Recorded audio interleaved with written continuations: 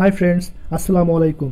Primary নিয়োগ পরীক্ষার পূর্ণাঙ্গ প্রস্তুতি হিসেবে আজকের এই ভিডিওতে বাছাইকৃত ভেরি মাচ ইম্পর্ট্যান্ট 15টি অঙ্ক করে দেখাবো, যেগুলো বিগত বছরের প্রাইমারি পরীক্ষায় এসেছিল এবং অঙ্কগুলো আবারও পরীক্ষা আসার পসিবিলিটি অনেক বেশি। তাই প্লিজ ভিডিওটি না টেনে প্রথম থেকে শেষ পর্যন্ত দেখুন।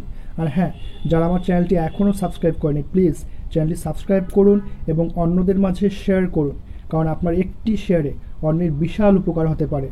ওকে, আমরা এখন স্টার্ট করতে পারি। কেমন? আমরা প্রথম যে অঙ্কটি দেখতে পাচ্ছি সেটি হলো 4, 6, 7 এবং এক্সের গড় মান 5.5 হলে এক্সের মান কত। তো এক্ষেত্রে আমরা এখানে 4, 6, 7 এবং এক্স অর্থাৎ চারটি সংখ্যা দেখতে পাচ্ছি, এক্স সহ চারটি সংখ্যা। এই চারটি সংখ্যার গড় মান যদি 5.5 হয়, তাহলে চারটি সংখ্যার সমষ্টি হবে 5.5 × 4 22 ইকুয়াল টু 22। তাহলে কি আমরা লিখতে পারি যে 4 + 6 + 7 + x ইকুয়াল টু 22? অবশ্যই লিখতে পারি। আর এখানে 4, 6, 7 যোগ করলে হয় 17 + x ইকুয়াল টু 22। এক্সের মান চলে আসবে 5, অর্থাৎ একের গ 5। নাম্বার 2, একটি বর্গক্ষেত্রের প্রতিবাহু যদি 10% বৃদ্ধি পায়, তবে তার ক্ষেত্রফল শতকরা কত বৃদ্ধি পাবে? এটি প্রাইমারি নিয়োগ পরীক্ষার 2001 সালে এসেছিল। অঙ্কটি এবারের জন্য ভেরি মাচ ইম্পর্টেন্ট।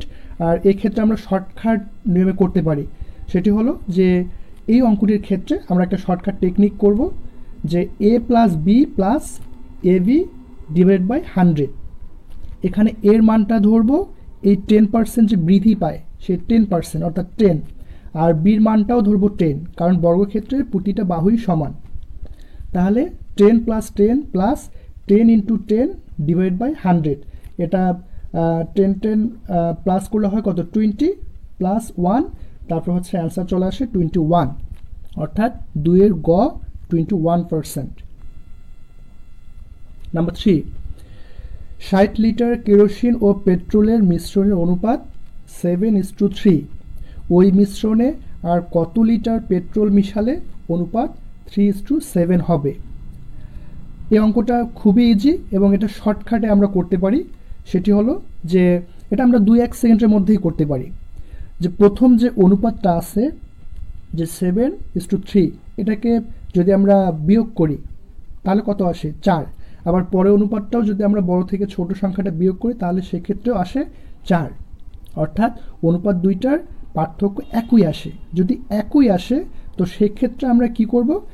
এই 60 লিটার যেটা আছে সেই 60কে প্রথম অনুপাতের দ্বিতীয় সংখ্যাটা দিয়ে ভাগ দেব, অর্থাৎ প্রথম অনুপাতের দ্বিতীয় সংখ্যা হচ্ছে 3 দিয়ে ভাগ দিব এবং তাদের যে পার্থক্যটা আমরা পেয়েছি সেই পার্থক্য দিয়ে গুণ দিব, অর্থাৎ 60 / 3 × 4।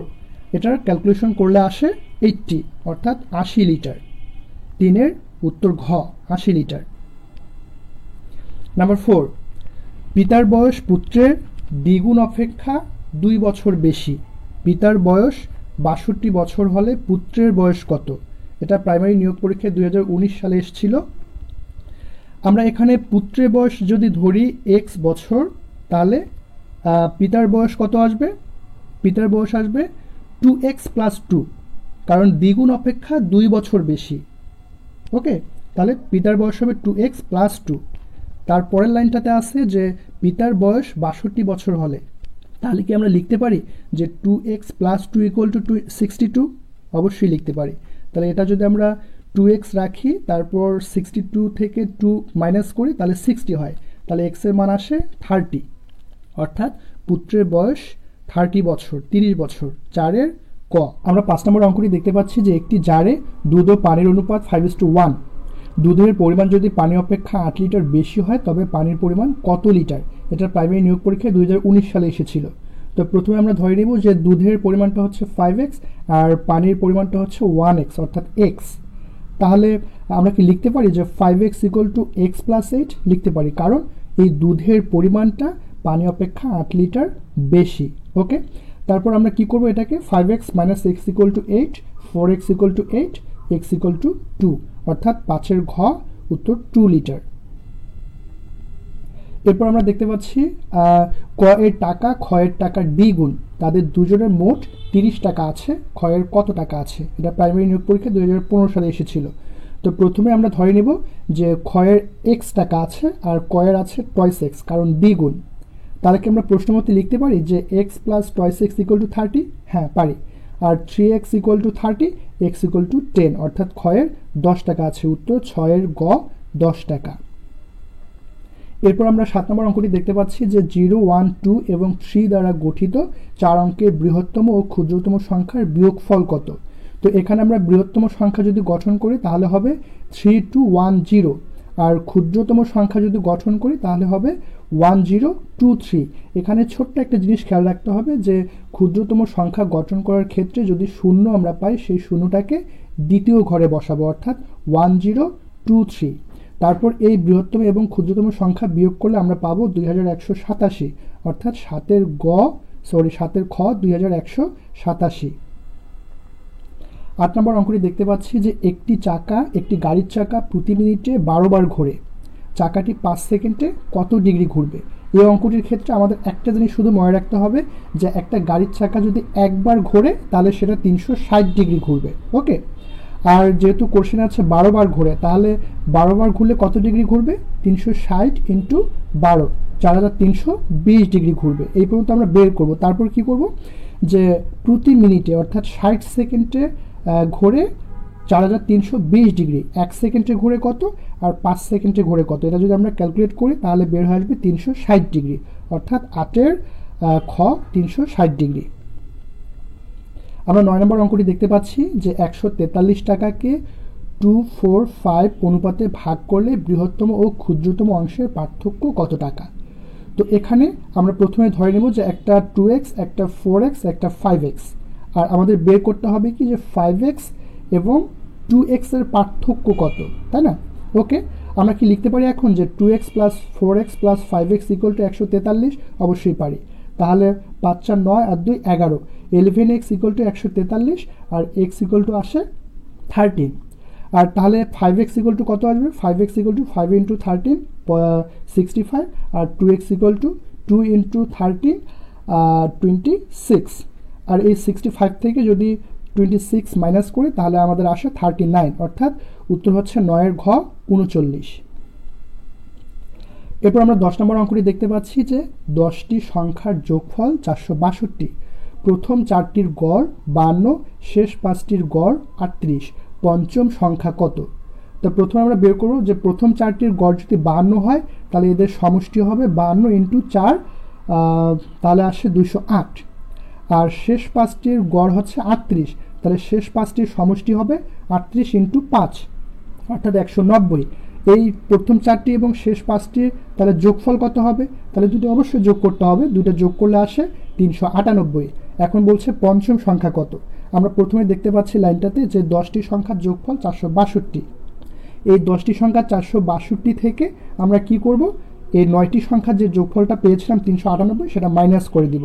তাহলে কত আসে? 462 মাইনাস 398 ইকুয়াল টু 64, অর্থাৎ 10 এর গ উত্তর 64। নাম্বার 11, কোনো চতুর্ভুজের বিপরীত কৌণিক বিন্দুর সংযোজক রেখাংশ দুটির প্রত্যেকটিকে কি বলে?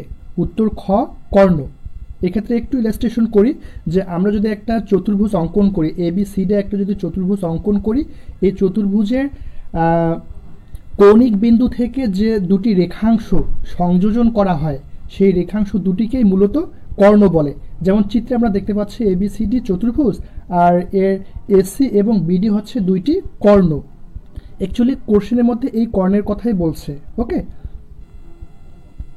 নাম্বার 12, একটি ত্রিভুজাকৃতি জমির ভূমি 75 মিটার এবং উচ্চতা 20 মিটার, প্রতি বর্গমিটারে 2 টাকা হিসেবে ঘাস লাগাতে কত খরচ হবে? এটা প্রাইমারি নিয়োগ পরীক্ষায় 2015 সালে এসেছিল, আবারও আসার সম্ভাবনা অনেক বেশি। এনিওয়ে, আমরা ত্রিভুজাকৃতি ভূমির ক্ষেত্রফল জানি যে হাফ গুণ ভূমি গুণ উচ্চতা, তাই না? তা হাফ গুণন ভূমি হচ্ছে 75, উচ্চতা হচ্ছে 20, এটা যদি আমরা কাটাকাটি করি তাহলে 750 বর্গমিটার পাবো, ক্ষেত্রফল 750 বর্গমিটার পাবো। পরের লাইনটাতে বলছে যে প্রতি বর্গমিটারে 2 টাকা হিসেবে ঘাস লাগাতে কত খরচ হবে? তাহলে 1 বর্গমিটারে যদি খাস লাগাতে খরচ হয় 2 টাকা, তাহলে 750 বর্গমিটারে খরচ হবে 750 ইন্টু 2 অর্থাৎ 1500 টাকা। ওকে, নাম্বার 12 খ 1500 টাকা। নাম্বার 13, একটি বৃত্তের ক্ষেত্রফল 16 বর্গমিটার এবং পরিধি 8 মিটার, এর ব্যাসার্ধ কত? আমরা বৃত্তের ক্ষেত্রফলের সূত্র জানি পাই আর স্কোয়ার। ওকে, তাহলে লিখতে পারি পাই আর স্কোয়ার ইকুয়াল টু 16, আর পরিধির সূত্র জানি টয়েস পাই আর অর্থাৎ 2 পাই আর। 2 পাই আর ইকুয়াল টু লিখতে পারি 8। তাহলে এই দুইটাকে যদি আমরা ভাগ করি, আমরা স্ক্রিনে দেখতে পাচ্ছি, তাহলে আসে 8 আর ইকুয়াল টু 32। এখানে আরেকটু বলি যে আর আর ক্যান্সেল, শুধু একটা আর থাকে উপরে, আর পাই পাই ক্যান্সেল। ওকে, তাহলে 8 আর ইকুয়াল টু 32 যদি আর আর গুণ করি, তাহলে আর ইকুয়াল টু আসে 4, অর্থাৎ ব্যাসার্ধ আর ইকুয়াল টু 4। 13 উত্তর ক 4 মিটার। নাম্বার 14, শতকরা বার্ষিক 15% সুদে 8,000 টাকায় 6 মাসের সুদ কত? এটা প্রাইমারি নিয়োগ পরীক্ষায় 2015 সালে এসেছিল। এক্ষেত্রে ছোট্ট একটা সূত্র আছে, সেটি হলো যে I equal to PRN divide by 100। এখানে আই হচ্ছে সুদ, আর পি হচ্ছে আসল, আর আর হচ্ছে সুদের হার, এর হচ্ছে সময়। ওকে, তাহলে এখানে আই ইকুয়াল টু আমরা বের করতে পারি, মানে এই মানগুলো বসিয়ে দিয়ে, যেমন পি 8,000, তারপর হচ্ছে সুদের হার আর হচ্ছে 15, আর এন হচ্ছে সময় 6 মাস। কোশ্চেনে দেওয়া আছে 6 মাস, তো এটাকে আমরা বছরে পরিণত করে নেব। বছরে পরিণত করলে এটাকে আমরা বলতে পারি হাফ ইয়ার, অর্থাৎ হাফ বছর, তাই না? তাহলে এখানে লিখে দেবো হাফ, আর নিচে হচ্ছে 100। তো এটাকে যদি আমরা ক্যালকুলেট করি তাহলে আসে 600। তাহলে 14 ক উত্তর 600 টাকা, সুদ হচ্ছে 600 টাকা। নাম্বার 15, একটি ত্রিভুজের 3 বাহুর দৈর্ঘ্য 4, 5 ও 3 হলে ত্রিভুজটির ক্ষেত্রফল কত? অ্যাকচুয়ালি কোশ্চেনটা দেখতে খুবই ইজি মনে হচ্ছে, কিন্তু আসলে একটু চিন্তা করেই অঙ্কটা করতে হবে। সেটি হলো যেহেতু 3টা বাহু ভিন্ন ভিন্ন, সেহেতু এটাকে ধরে নিতে হবে এটা বিষমবাহু ত্রিভুজ। আর বিষমবাহু ত্রিভুজের ক্ষেত্রফলের সূত্র হচ্ছে root over S into S minus A, S minus B, S minus C. ভয় পাওয়ার কিছু নাই, খুবই easy. Root over S into S minus A, S minus B, S minus C. Okay, আর এখানে প্রশ্ন আসতে পারে যে এ বি সির মান দেওয়া আছে, বাট এস এর মানটা কি, এসটা কি? এখানে এসটা হচ্ছে পরিসীমা। তো এসটাকে জাস্ট একটু মানে মুহূর্তের মধ্যে বের করে নিতে হবে। যেমন এস ইকুয়াল টু বাহু যে 3টা দেওয়া আছে, সেই 3টা বাহু যোগ করে 2 দিয়ে ভাগ করবো, তাহলে আমরা এস এর মানটা পেয়ে যাব, পরিসীমার মানটা। তাহলে এস ইকুয়াল টু 4 + 5 + 3, অর্থাৎ কত আসে? 5 4 9 আর 3 12। 12কে 2 দিয়ে ভাগ করলে আসে 6, তাহলে এস এর মান হচ্ছে 6।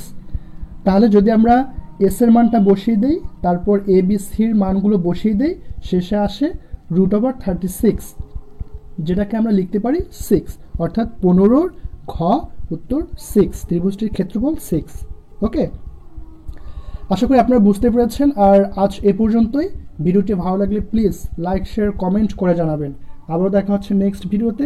ততক্ষণে ভালো থাকুন, সুস্থ থাকুন, নিরাপদে থাকুন। আল্লাহ হাফেজ।